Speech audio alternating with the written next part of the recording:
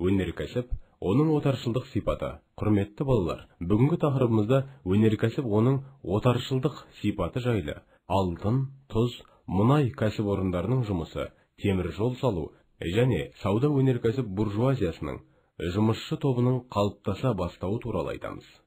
Ең алдымен өнеркәсіптің пайда болуына тоқталамыз. Қазақстанда отарға айналдырып болған соң, Ресей оның жер асты байлықтарын тонауға көшті. Пайдалы қазбаларды іздестіру басталды. Орыс капиталистері өз капиталдарын тау-кен өнеркәсібіне жұмсады. 90-шы жылдың аяғында орыс капиталы базасында Қазақстанда алғаш тау-кен өнеркәсіп өндірісін құруға әрекеттенді. 1899 жылы Воскресенск тау-кен өнеркәсібінің қоғамы құрылды. Бұл акционерлік қоғам Павлодар мен Балқашқа дейінгі алқаптағы тас көмір, мыс, күміс, қорғасын кендері жатқан үлкен жерлерді арендаға алды.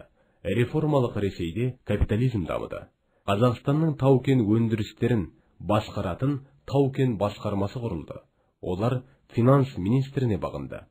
19 ғасырдың 40-шы жылдары тұрғылықты қазақтардан Ресей кәсіпкерлері халықты алдап, өтірік құжат жасап, орыс кәсіпкерлері пайдалы қазба байлығы мол жерлерді қазақтардан тегін сатып алды. Осы кезде Спасско-Воскресенский және Успенск мыс рудниктері салынды. Сонымен қатар саудагер Поповтың күміс балқытатын заводтары салынды. Бұл өндірістердің өндіру күші аз болды. Тау-кен өндірісі негізінен Қазақстанның орталық және шығыс облыстарында шоғырландырылды. 80-ші жылдардың басында Қазақстанда көмір мен металл өндіру 50-ші жылдарға қарағанда бірнешеге өсті. Бұл өсім әсіресе Қарағанды кенінде Успенскі руднигі мен Спасск мыс қорыту заводында байқалды. Тау-кен өнеркәсібінің ең пайдалы өндірісі алтын өндіру еді. Ол 19 ғасырдың 70-80 жылдарында қатты дамыды. Алтын өндірушілер өздерін уақытша деп сезінді. Олар аз уақыт ішінде көп пайда табуға ұмтылды. Бай кен орындары тез бітіп, босқа қалып жатты. Дегенмен көптеген тау-кен өнеркәсібіндегі ең пайдалы сала алтын өндіру болып табылды. Өскемен уезінде алтын кені қазылатын 50-ге тарта рудник болған еді. Бұл өндірістен түскен табыс түгелдей шетке кетті. Ол Ресейден де тысқары Европаға жөнелтіліп тұрды. Ауыл шаруашылық шикізатын өңдеу өнеркәсібі де дамыды. Ол 19 ғасырдың аяғында көне тау-кен өнеркәсібін екінші жоспарға итеріп тастады. Ауыл шаруашылық шикізатын өңдейтін көптеген өндірістер қарапайым техникамен жабдықталған ұсақ қолөнер мекемелері болды. Осы капиталистік қатынастардың ауылға тұтастай ене бастауы қазақтардың шөп шабумен, балық аулаумен, бақша егумен айналысуға мәжбүрледі. Мал шаруашылық өнімдерін өңдейтін негізгі ошақтар Ақмола мен Семей облыстары болды. Семей облысында 1888 жылы 9 сабын қайнататын, 23 кірпіш, 2 сыра зауыты, 13 былғары, 1 май қорытатын зауыт бар болатын. Қазақстандағы ірі өндіріс орындары сырттан келген капитал есебінде құрылды. Тұз, мұнай, алтын өндірісі де жоғары мөлшерде өндірілді. Мұнай өндіру де шетелдік кәсіпкерлер, яғни ағылшындар қолында болды. 1911 жылы Доссор кәсіпшілігінде Жем өзенінің бойында мұнайды көп мөлшерде өндіре бастады.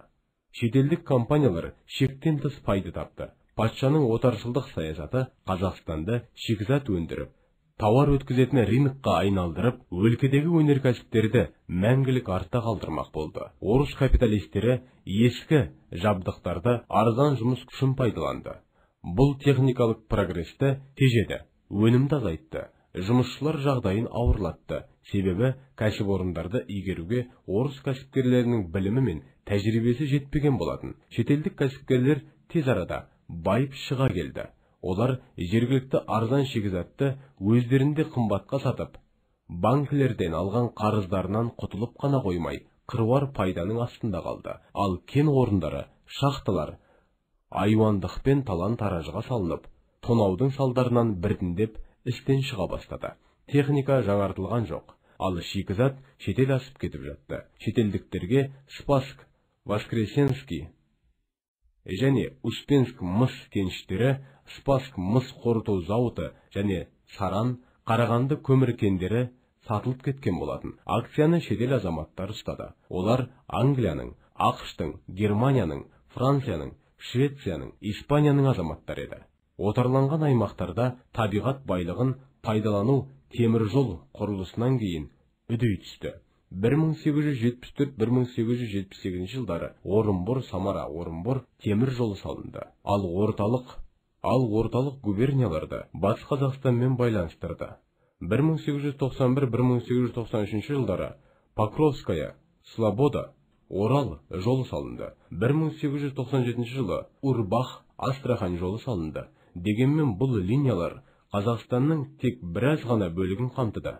Территориясының солтүстік бөлігін кесіп өтті. Қазақстанның жаппай жерсіз қалуы жаппай кедейленуге келді. Кедейлер күнкөріс көзі негізінен өндірістердегі жұмыс қана болды.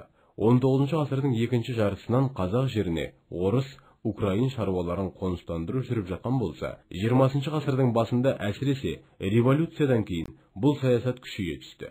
Ең құнарлы жерлер тартып алынды.